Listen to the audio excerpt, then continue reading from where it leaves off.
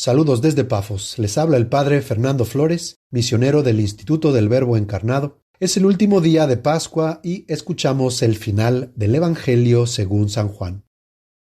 Pedro, volviéndose, vio que lo seguía el discípulo al que Jesús amaba, el mismo que durante la cena se había reclinado sobre Jesús y le había preguntado: «Señor, ¿quién es el que te va a entregar?». Cuando Pedro lo vio, preguntó a Jesús: «Señor, ¿y qué será de éste?». Jesús le respondió: «Si yo quiero que él quede hasta mi venida, ¿qué importa? Tú sígueme». Entonces se divulgó entre los hermanos el rumor de que aquel discípulo no moriría, pero Jesús no había dicho a Pedro: «Él no morirá», sino: «Si yo quiero que él quede hasta mi venida, ¿qué importa?».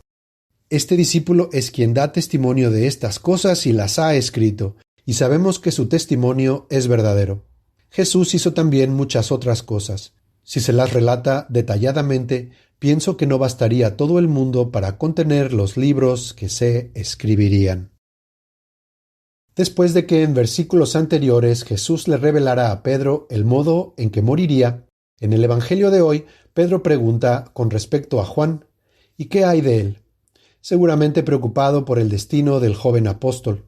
A lo que Jesús responde: «Y si quiero que quede hasta que yo venga, ¿qué importa? Tú sígueme». Este pasaje es tan misterioso que los padres de la Iglesia tienen diferentes opiniones al respecto. Incluso San Agustín, probablemente haciendo referencia a alguna devoción, en algún momento llegó a considerar que San Juan estuviera vivo en la tumba. En uno de sus tratados leemos: «Quizás Jesús permita que Juan yazca en su sepulcro en Éfeso, pero dormido, no muerto, y nos dé una prueba. La tierra sobre su tumba está húmeda y acuosa, debido a su respiración. Pero ¿por qué nuestro Señor habría de concederle al discípulo a quien amaba el gran privilegio de dormir tanto tiempo en el cuerpo, cuando liberó a Pedro del peso de la carne mediante un glorioso martirio?». En efecto, nuestro Señor le había revelado a Pedro su martirio, y no una sino 2 veces le dijo: «Tú sígueme», como diciendo: «Tú, no Juan, sígueme en una muerte como la mía». La glosa de la Catena Áurea de Santo Tomás, con respecto a este pasaje, pone estas palabras en boca de Cristo: «No quiero que Juan sufra el martirio, sino que espere la tranquila disolución de la carne, cuando vendré y lo recibiré en la bienaventuranza eterna».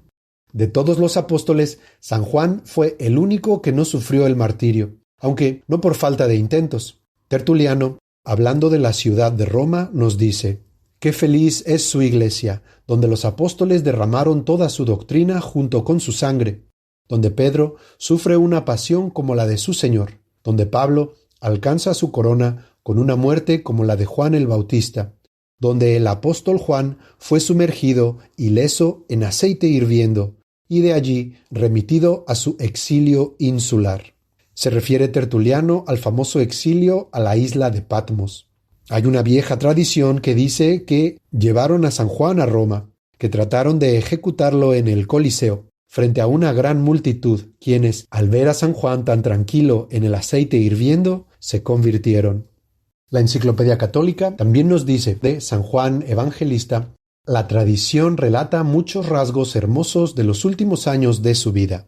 Y luego nos da 3 ejemplos. Primero, San Ireneo en Adversus Hereses, o Contra las herejías, que escribe que San Juan se negó en una ocasión a compartir el mismo techo con un hereje llamado Cerinto. Segunda, Clemente de Alejandría en su Quis Dives Salvetur, o ¿Quién entre los ricos se salvará?, que nos relata la angustia de San Juan cuando un joven se convirtió en ladrón. Y tercero, San Jerónimo, que en un famoso comentario nos dice que hacia el final de su vida, San Juan exhortaba constantemente a las comunidades cristianas simplemente diciendo: «Hijitos, amaos los unos a los otros». Como un detalle interesante, nuestra iglesia aquí en Pafos, llamada Hagia Kyriaki, es en realidad una antigua iglesia ortodoxa que cayó en desuso y fue confiada a los católicos hace 40 años, con la condición de que se conservara intacta. Y curiosamente, si bien todas las imágenes del iconostasio coinciden con el estilo oriental, hay una que no encaja, pues tiene un aspecto demasiado occidental. Esta es una pintura precisamente del anciano San Juan escribiendo en el exilio, y la gente suele preguntarnos mucho acerca de esa imagen.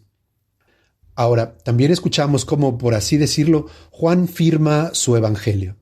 Este discípulo es quien da testimonio de estas cosas y las ha escrito, y sabemos que su testimonio es verdadero. San Juan ya antes había hablado de esta manera, en su relato de la crucifixión, donde leemos: uno de los soldados le atravesó el costado con la lanza y enseguida brotó sangre y agua. El que lo vio, lo atestigua.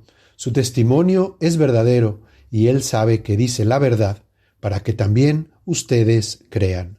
Juan 19. Salvo por unos cuantos herejes, la autenticidad del Evangelio de San Juan nunca fue cuestionada, por lo menos hasta el siglo XVIII con los protestantes. Por lo cual es bueno saber que la Sagrada Escritura y especialmente los Evangelios han sido sometidos a innumerables estudios, que los manuscritos hallados combinados nos dan una precisión de aproximadamente el 98% del original, y no hablemos ya de los constantes esfuerzos por mejorar las traducciones, para que no vengan después de otras religiones a decirnos que la Biblia católica ha sido alterada. El Evangelio de San Juan es una obra maestra de la teología. Comienza con su famoso prólogo de la palabra de Dios, el Logos, la creación, la luz, Juan el Bautista, la encarnación, el dramático rechazo de Cristo entre su gente.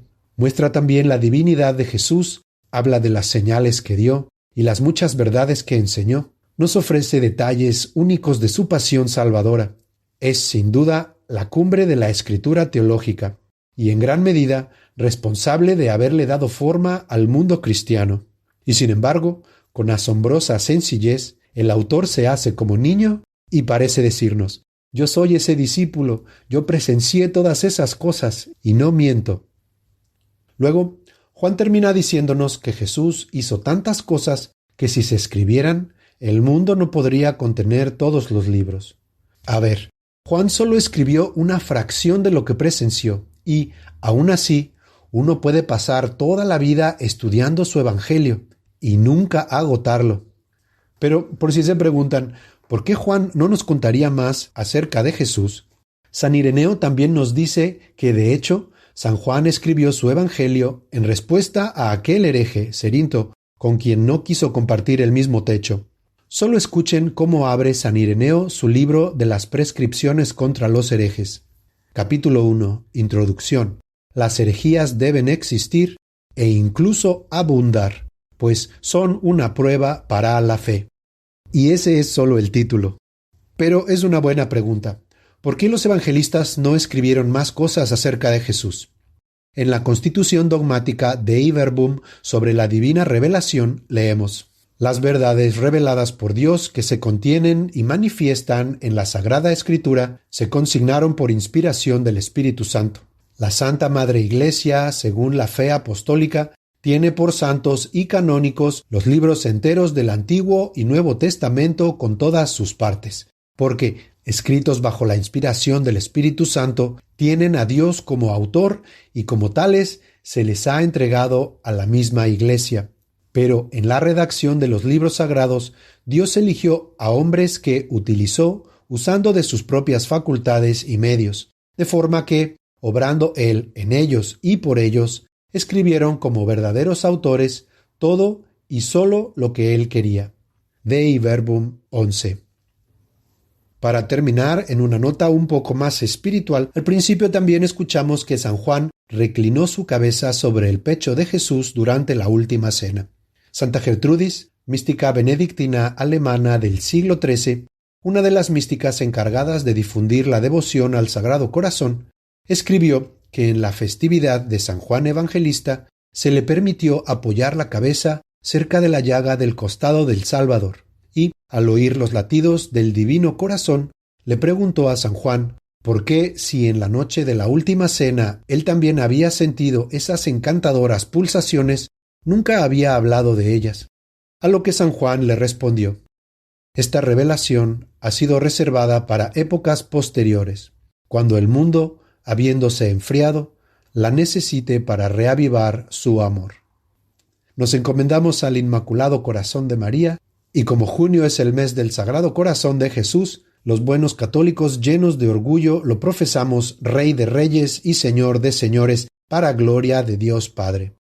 Jesús, manso y humilde de corazón, haz nuestro corazón semejante al tuyo. Amén.